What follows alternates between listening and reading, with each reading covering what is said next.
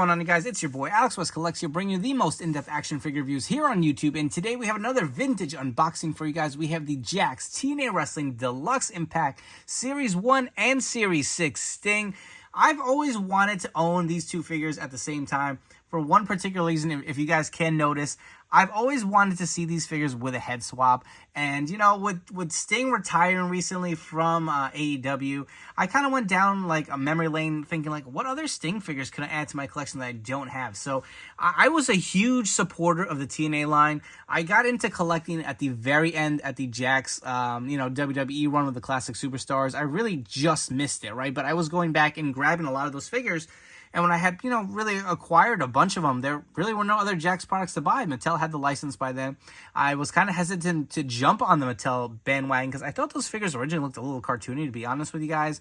And I really just wanted to get, more of the vintage guys. And they weren't, we're starting to pump out, but it was a lot more of the current WWE product at the time. So I was big into TNA. Hogan had just kind of jumped ship and, started with them. They had Sting. They had all the guys I was really familiar with. I mean, I was kind of in and out of wrestling around that period, kind of jumping in and out. So I was familiar with a lot of the guys in TNA, so I jumped on board and I went in hard on this line. I had a good amount of these figures.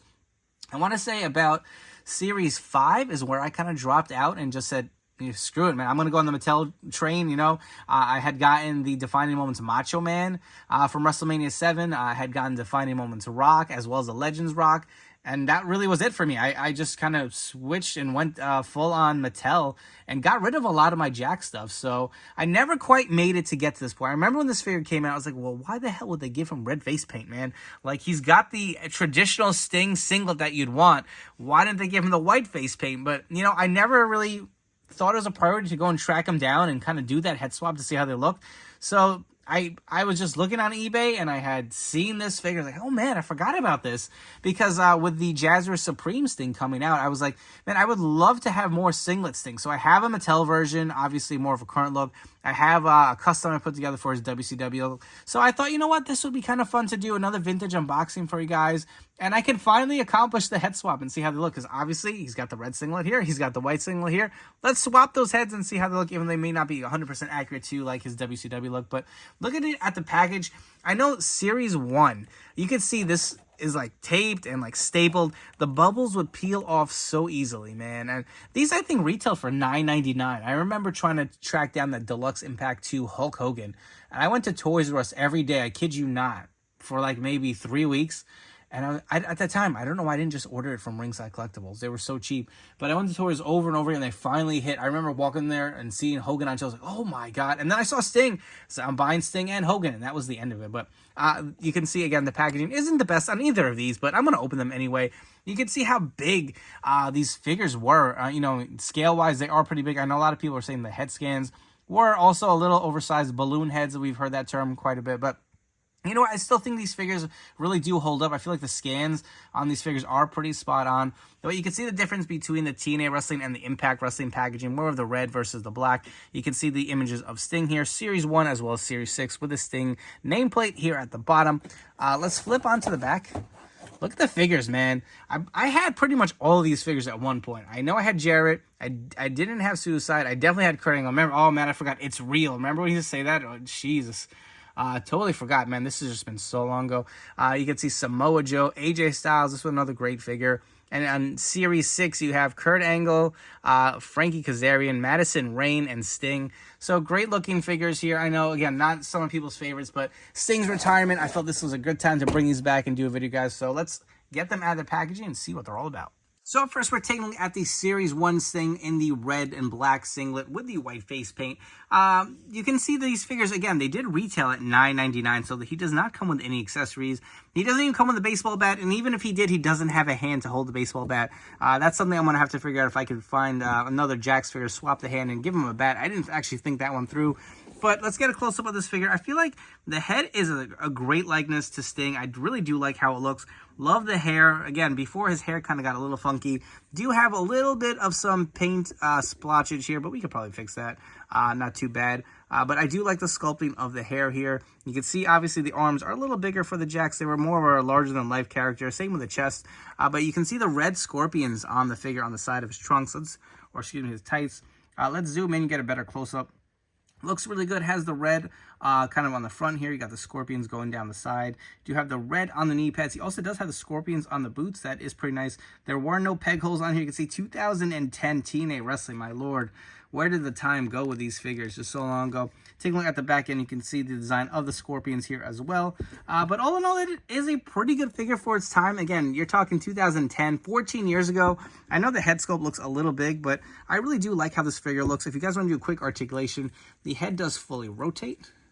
Be careful on that. The arms do go fully around as well. There is a bicep swivel, single jointed elbow. There is wrist rotation as well as hand moving up and down. He does have the ab crunch, which is a little stiff. May have to heat that to kind of mess around with it. He does have the waist articulation as well. He kicks out pretty good. These were always good as far as articulation. That single jointed knees. He does have the splits pretty well here. He is on the ball joints as well.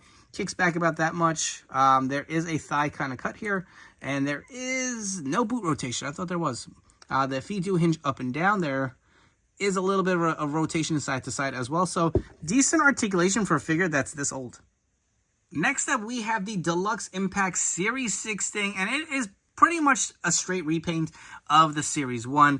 Again, you can see the same body sculpt here. The head is a little different. You can see it does have the red face paint on there. It is painted a little differently, but it's the same sculpt. You will see the same hair. It is a little bit of a lighter shade, but I will say the skin tone is a little bit of a different shade too. I hope that doesn't affect when we do head swap this figure, but you get traditional white scorpions on this figure. You can see it on the front of his singlet here, singlet at the side. And you can see they painted on what's supposed to be like the padding on his actual lower legs here and on the knee pads. So that looks pretty good. I will say the knee pads were always kind of annoying on these figures. They never sat super great, but I do like that they painted on the detail. Again, if you want to see the scorpion on the side, you will see the scorpion boots on this thing as well. I believe they are a little different, bringing back the other thing if you guys wanted to compare while we have them here. You can also take a look at the back. Singlet looks pretty nice, same articulation on this figure, but here we have both figures, right? So the moment of truth, let's go ahead and head swap these guys, and hopefully I don't destroy them or break them or mess them up. So here we are, the moment of truth. We were able to swap the heads, and I'll be honest, I was a little nervous. I feel like the Jakks heads, they don't take to heat too well. I don't know if it's me. I usually use a hairdryer to swap my parts, and I feel like sometimes you can lose a little paint. In fact, I think I lost a little bit of face paint, if you guys can see it on this strand here, just heating it. But I pried it off. My finger took a little bit of a pounding, but I was able to pop them off without breaking them. And I feel like this is how they should have been released at some point. Maybe not the first version of Sting to come with, you know, the actual red singlet and red face paint. But now you kind of maybe could have re-released this version with a red face and given us this one down the road. They did do another version that actually had the white face paint with this attire, but he had that molded on coat. And that just did not look as cool, man. To me, this really puts them both over the top. You get another version of like a Wolfpack Sting here. And, of course, the traditional black and white Crow Sting on the right. Let's do a few figure comparison for you guys. So here we have a few other Jakks Deluxe Impact Hulk Hogan figures. We have the Deluxe Impact Series 2 Hogan here on the left, which was one of my favorite figures in my collection. I still think this is a very underrated figure. Really do like this kind of last run of Old Man Hogan, still kind of in his ring gear. So I really do like that figure. On the right, we have the Deluxe Impact Series 4. You can see they all stack up really nice. And, of course, they are a bigger scale than most figures. We have quite a few different Sting comparisons for you coming up, but we're going to start with some of the most recent AW Jazzwares figures. We have the Unmatched figure here on the left and the Unrivaled figure on the right. You can see they are a little smaller than the Jakks figures. I have quite a few different Mattel figures in my collection for Sting. So on the left, we have a basic Sting here. You can see how it looks with the singlet versus the Jakks figures. On the right, this is a custom I put together. It is the Defining Moments head with the Legends body, and I believe I did swap the hands out. A few more Mattel customs. So again, this is the Legend Sting body with that basic head swapped on. So you got the more long-haired version of Sting in the singlet. On the right, this is a custom Ultimate Edition I put together. It is using the Sting legs with the Macho Man crotch piece and torso. This is bare torso underneath, but he does have the Ultimate articulation as well as the Defining Moment Sting head. And lastly, we have a few more Mattel figures. On the left, we have the Lone Wolfpack figure made by Mattel. This was the Ringside Collectibles exclusive. This figure fetches quite a bit of money on the secondary market right now. And on the right, we have probably my favorite Sting figure in my collection, the Defining Moments figure from Starrcade 97. Absolutely love it. You can see this is kind of the counterparts for the Jakks figures here, but they all look great next to each other.